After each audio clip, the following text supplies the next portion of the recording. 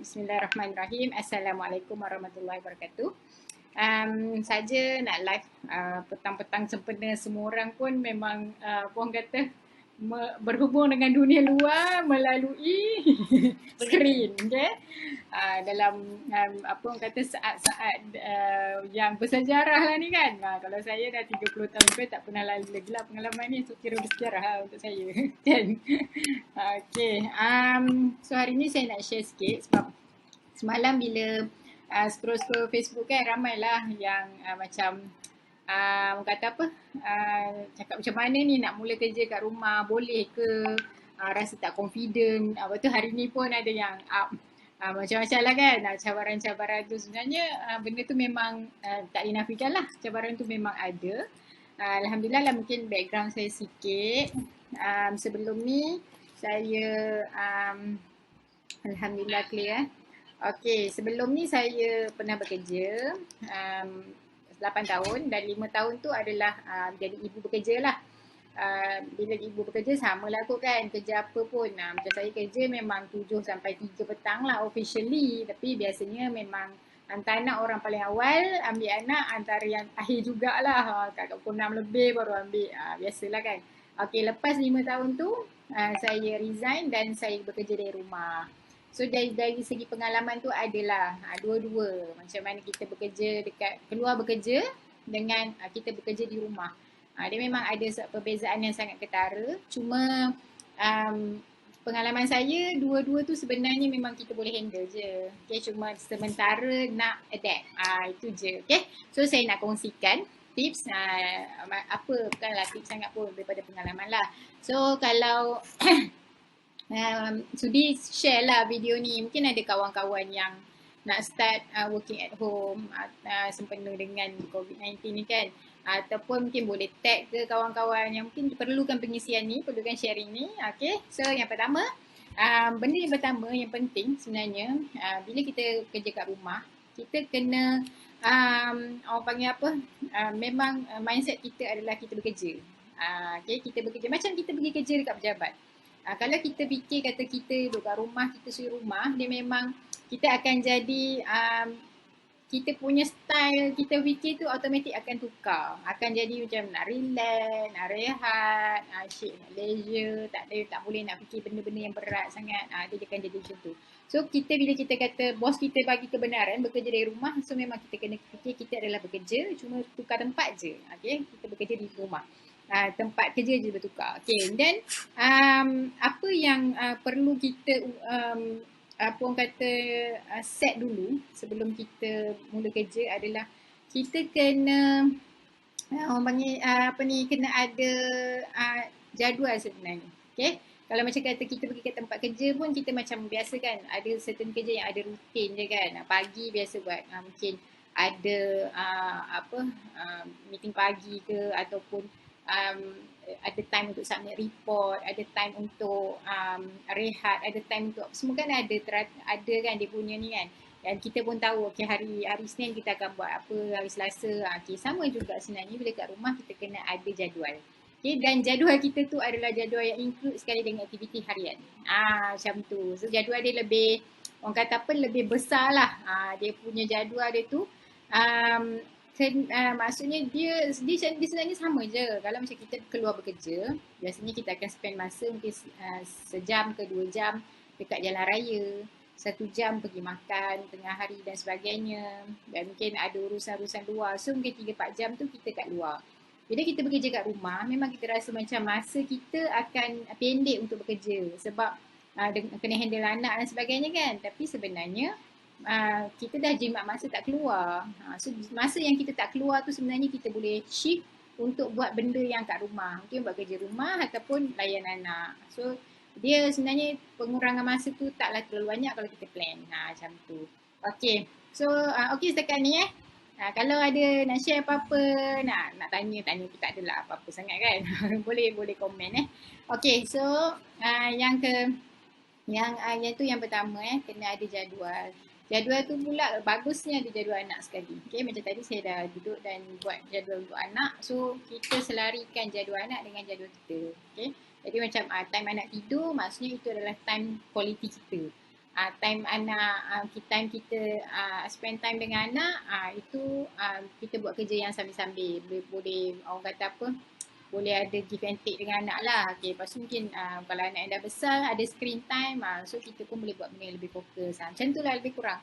So ada jadual. Dan yang kedua, memang sama juga macam pergi kerja, kan kita ada checklist. So kena ada ni checklist saya by week. Ada yang penuh, ada yang tak penuh kan. Okay, kena ada checklist, kena ada target. Sama macam kita pergi kerja, kalau macam kata bos kata dalam masa seminggu ni kena apa, kena settle kan. So itulah target yang kena disettlekan. Dan buat checklist sebab apa, kebarangkalian untuk kita buat kerja tak separuh jalan adalah sangat tinggi bila kita buat kat rumah. So bila kita dah buat, kita tengah buat satu benda, kalau macam kata dah settle, kita tick, so kita tahu nanti kalau kita tengah buat satu benda, lepas tu kita terberhenti, sama kalau ada anak kecil kan, lepas tu nanti kita datang balik, kita tak tahu kita mungkin dah lupa, tapi sebab kita ada checklist, kita tahu kat mana kita berhenti. So checklist sangat penting lah. Okay, yang ketiga, kita punya ni kan memang kena asing, macam kalau orang bekerja, dia keluar rumah pukul 8 pagi tu, dia tak fikir dah pasal rumah tu tak. Okay, mulai nanti balik pukul 6 baru dia fikir pasal rumah. Sebenarnya mindset kita pun bila kita kerja macam tu lah, bila kita bekerja kat rumah pun macam tu lah. Okay, pagi-pagi tu settle benda yang penting untuk yang kita akan guna sampai pukul habis waktu kerja. Okay, contohnya macam makanan. Kalau macam kata boleh masak, okay, masak siap-siap pagi tu untuk makan terus sampai petang. Okay, tak payah tengah hari nak berhenti masak. Tapi ni terpulang lah. Okay, tapi cumanya kita bukan okay, pagi masak, makan, lepas tu pergi buat kerja-kerja, lepas tu nak kena masak tengah hari pula, lepas tu nanti nak kena masak pula lagi untuk macam, jadi memang tak boleh buat kerja kalau macam tu. Okay, kalau terlalu kerap masuk dapur. Jadi dia kita kena sama ada kalau kita nak masak, kita settlekan awal-awal. Macam kita orang kan, macam sama-sama game business ni memang macam-macam style lah. Ada setengah yang dia masak petang, hari sebelum. Okay, maksudnya dia masak, kalau dia petang ni kan, dia masak, so dia masak extra. So nanti tengah hari esok dia akan panaskan yang dia masak petang. Maksudnya petang tu makan yang fresh lah kan. Lepas tu esok tu dia panaskan je. Lepas tu nanti petang pula baru dia masak. So dia masak sehari sekali. Kebanyakan yang bekerja di rumah sama ada dia masak sehari sekali ataupun memang dia tak masak. Biasa je sebenarnya. Sama lah sebab kerja. Kalau korang yang memang rasa tak boleh masak, sekarang pun memang foodpanda semua ada je kan. So janganlah rasa macam okay, aku duduk rumah nak masak, nak settle kerja, nak ni. Kita jangan fikir nak buat semua benda macam super mom lah. Tak ada sebenarnya istilah tu. Okay. Alright. So next, apa lagi yang boleh dibuat adalah asingkan kerja rumah. Okay, asingkan kerja rumah ni kan kiranya kan kalau macam ada anak kecil kan, macam kita, pada saya yang pentingnya makanan je lah. Kalau macam kita pagi kan, kita dah settlekan makanan, so nanti bila anak nak makan, okay, makanan dah ada. So tak adalah masalah. Kalau tak, kita baru nak, ni dia akan jadi serabut tau. Kalau saya jenis saya, bila saya dah mula kerja, saya dah memang akan leka dengan kerja, payah lah saya nak berhenti cepat-cepat. Macam tu. So saya settlekan terus. Lepas tu sebelum tidur malam, dah kemas rumah, dah kemas dapur semua, so esok tu masak je.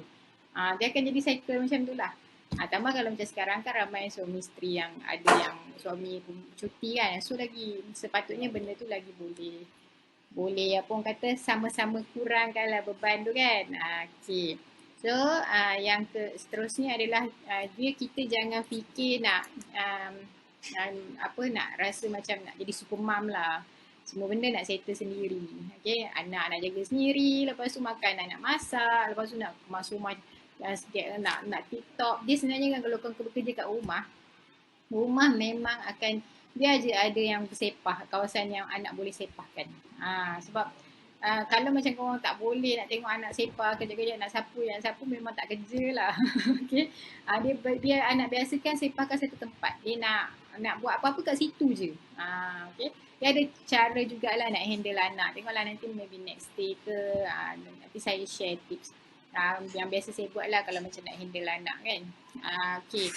So dan kalau macam kata situasi kan, dia biasa yang orang yang boleh handle anak sendiri ni dalam 2-3 orang okey lah. Kalau 5 orang, 4-5 orang tu kalau ada yang besar yang boleh diharap, okey. Okey. Maksudnya yang besar tu dia boleh jaga yang adik tu okey. Tapi kalau macam ramai sangat dan korang kena bekerja dari rumah, carilah bantuan. Maksudnya kalau macam kata suami bercuti, okey lah. Bolehlah divide kerja. Tapi kalau macam kata tak cuti, orang sendiri kena bekerja dari rumah, lepas tu handle anak yang ramai yang semua tak boleh nak handle diri sendiri lagi. Carilah bantuan macam mungkin ada sepupu ke, siapa ke, anak saudara ke datang duduk kat rumah untuk dibantu waktu siang tu. Handle mana-mana. Benda sekarang simple. Kita tengah buat kerja, anak nak air. Anak yang kecil lagi nak air. So kita kena bangun pergi ambil air. Berapa minit dah datang, nak dapat balik fokus bukan senang. Lepas tu kejap lagi yang ni pula nak pergi bilik air, nak pergi nak cebok lah apa kan. So kalau ada pembantu, korang akan kurang sikit lah benda nak kena nak meminimumkan gangguan semasa bekerja. Okay, dan yang kelima, tipsnya adalah bila bekerja dekat rumah, kita akan berhadapan dengan lebih banyak cabaran emosi sebenarnya. Dia bukanlah nak kata dari segi stres, kerja tu sebenarnya kalau macam kita dah biasa dengan kerja tu, sebenarnya sama je lah. Dia tak adalah macam sekarang pula dalam situasi sekarang, rasanya saya tak tahu lah kan kondisi orang bekerja. Dia sebenarnya kerja tu mungkin jadi ringan sikit lah sebab ada projek-projek mega mungkin ditangguhkan, macam benda-benda yang orang kata serius mungkin tak difokuskan sangat sekarang kan. Jadi lebih kepada meneruskan rutin yang kita dah biasa buat dan sebagainya kan. Jadi sebenarnya beban kerja dia tu taklah terlalu berat, cuma bila dia disinergikan, dicampur dengan kita kena handle emosi bila bersama anak. Sebab anak tu pula dia mungkin tak biasa duduk dengan kita lama. So bila dia duduk dengan kita lama tu dia punya ni lain sikit kan. So peringkat awal ni mungkin memang kena ambil masa nak adjust. Jadi poinnya adalah memang mak tu perlu ada kestabilan emosi yang tinggi lah bila nak mengendalikan anak. Kalau tidak memang macam selalu orang share lah kan, rimau lah, singa lah bagai kan. Okay, hai Wani, thanks.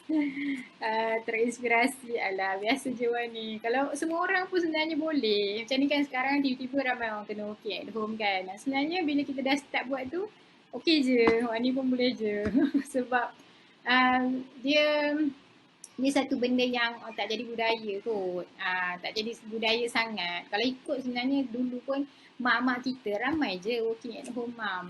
Kan yang tukang jahit lah, yang ada kedai dekat rumah, macam depan kedai, lepas tu belakang, lepas tu kedai makan, macam sambil-sambil tapi boleh uruskan keluarga, boleh uruskan bisnes, boleh uruskan tempahan lah, apalah. Sebenarnya benda ni biasa, okay? Cuma mungkin dulu dia taklah target income tu macam, tapi ada je yang buat income besar kan. Tapi maksudnya kat sini, benda ni tak jadi budaya tu je. Bila dah orang jadi budaya, orang ni working at home, orang ni jadi biasalah. Sebenarnya tak ada apa-apa pun. Tapi memang disiplin memang kena sangat tinggi lah kan, sebab tak ada bos kan. Kita nak memantau kita, okay. So dia emosi tu kita memang kena memenuhi tangki emosi sendiri dan tangki emosi anak. Okay. Tangki emosi sendiri tu pada saya memang kita kena tahulah macam mana cara untuk stabilkan emosi kita. Apa benda yang kita boleh buat supaya kita tak senang sangat nak explode. Okay. Kita apa benda yang kita boleh buat. Macam biasalah kalau macam kata kau perasan kan, orang-orang bisnes kan dia suka update pasal motivation lah pagi-pagi kan. Update pasal amalan sunat lah semua. Sebenarnya benda tu dia buat bukannya untuk nak cerita ke orang, nak motivate orang lain pun. Sebenarnya reality sebab orang bisnes biasanya working at home lah. Majority je lah kan, adalah sambil kerja. Tapi majority yang working at home ni, dia sebenarnya dia mencari, memenuhi tangki emosi dia sendiri. Dia mencari, membina kekuatan mental dan emosi dia sendiri. Okay? Jadi banyakkan amalan, amalan-amalan kerohanian yang dapat memberikan kita ketenangan dan menyebabkan kita boleh uruskan cabaran yang datang. Kadang-kadang dia benda sama je, anak meragam, tapi dalam keadaan yang kita relax, dengan kita dalam keadaan yang serabut, respon dia berbeza. Itu je. So kalau macam kata sebelum ni contohlah dia punya orang kata apa masa bekerja kat luar tu dia punya katalah saya bagi dalam bentuk kuantiti lah, amalan harian tu mungkin 10 minit amalan sunat ke amalan perrohanian ni 10 minit kan. Gandakanlah jadi 20 minit. Macam tu lah. Jadi pagi-pagi tu kena penuhkan benda tu. Okay, almat surat baca, kalau bagus ni bangun tahajud lah kan, bangun tahajud, almat surat sembahyang sunat, fajar, sembahyang duha, baca Al-Quran. So dia dah bermula pagi tu dengan keadaan yang kita cool.